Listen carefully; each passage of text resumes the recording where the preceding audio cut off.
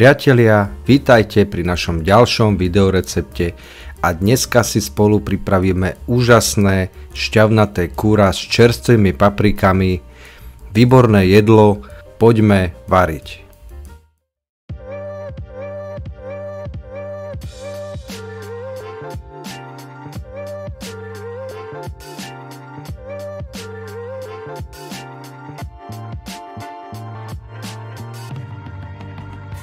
Tak ako vždy, presné pomery, váhy a čo všetko sme použili nájdete na našom webe dasatoajdoma.com. No a začneme tým, že si pripravíme koreniacu zmes, a to tak, že si dáme do misky olivový olej, ďalej pridáme soľ, mleté čierne korenie,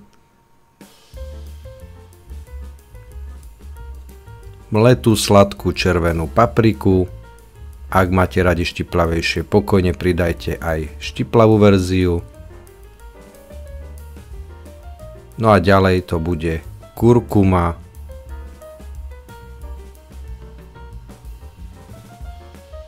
A dali sme tam tiež sušený tymián. Všetko dobre rozmiešame, vezmeme si kuracie prsia a takto jednoducho si ich pripravíme. V podstate si ich narežeme na takúto mriežku, tak aby sme ich vedeli čím lepšie ochutiť, zároveň to vyzerá lepšie na tanieri, ako keď to necháte len tak klasicky.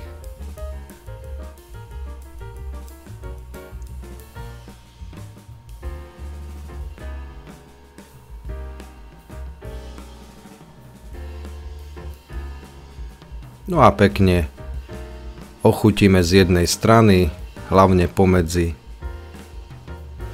tie medzery, ktoré sa nám vytvorili, a druhú stranu budeme ochucovať už potom priamo na panvici. Podobne naložíme so všetkými kúskami, ktoré máme pripravené a budeme pokračovať s čerstvými paprikami. Ak chcete, aby to farebne hralo, použite tak ako my rôzne farby, ale keď použijete aj papriky zo záhradky, ktoré sú jednofarebné, na chuti jedla to veľa nezmení, akurát nebude hrať toľkými farbami. No a narežeme si papriky na takéto pekné prúžky. A to isté spravíme aj so žltou verziou a nakoniec so zelenou verziou.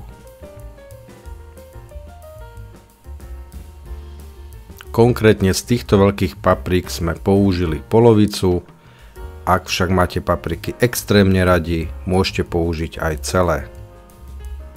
Ďalej nasleduje jedna väčšia cibuľka, ktorú si takto pekne rozkrojeme na poli a narežeme na tenké plátky, ktoré sa potom samozrejme rozpadnú. No a budeme potrebovať tiež niekoľko strúčikov cesnaku, ktoré si môžete nastrúhať alebo takto pretlačiť. A pokračujeme na panvici, kde si dáme olej a trošku masla. No a keď sa nám masielko pekne spení a olej sa rozohreje, môžeme na panvicu pridať kuracie prsia, najprv tou stranou, ktorú sme už ochutili, a budeme ich tam restovať z každej strany 5 až 8 minút.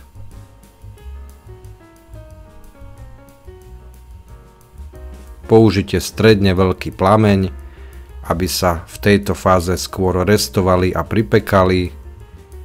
No a samozrejme ochutíme tú stranu, ktorá ochutená nebola, no a po tých 8 minútach môžeme otáčať a necháme ich tam zasa restovať z druhej strany. Následne si ich vyberieme a budeme pokračovať s výpekom, ktorý nám tam vznikol, kde nám tie prsia pustili šťavu, pridáme cibuľu a krátko niekoľko minút ju v tomto výpeku orestujeme. Ďalej pridáme cesnak, znova budeme chvíľku restovať, no a prichádzajú papriky, s ktorými naložíme presne tým istým spôsobom. Po chvíli restovania prichádza čas na ochutenie tejto časti jedla, takže znova soľ, mleté čierne korenie, to je základ, mletá sladká alebo aj štiplavá paprika,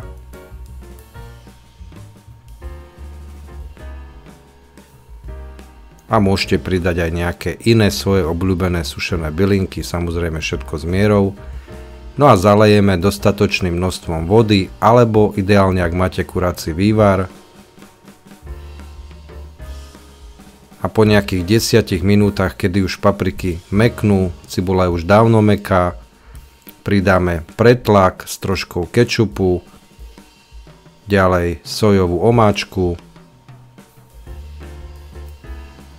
trošku cukru na vyváženie kyslosti pretlaku a všetko pekne chvíľu varíme, aby to prešlo jedno cez druhé a nakoniec pridáme kuracie prsia, ktoré budeme ešte aspoň 10 až 15 minút pekne variť v tejto šťave, môžeme si ich takto popolievať. Všetky tie chute sa parádne prepoja a to, čo na záver vznikne, nám teda poriadne chutilo. Ak máte radi plnené papriky, toto jedlo si podľa nás tiež zamilujete. A máme hotovo, ideálna príloha, ryža napríklad, ale vieme si aj predstaviť slovenskú ryžu a môžete podávať. Ak sa vám tento recept páčil, ďakujeme za odber kanála, za vaše komentáre k receptu, zdieľanie a lajky a tešíme sa na budúce. Majte sa!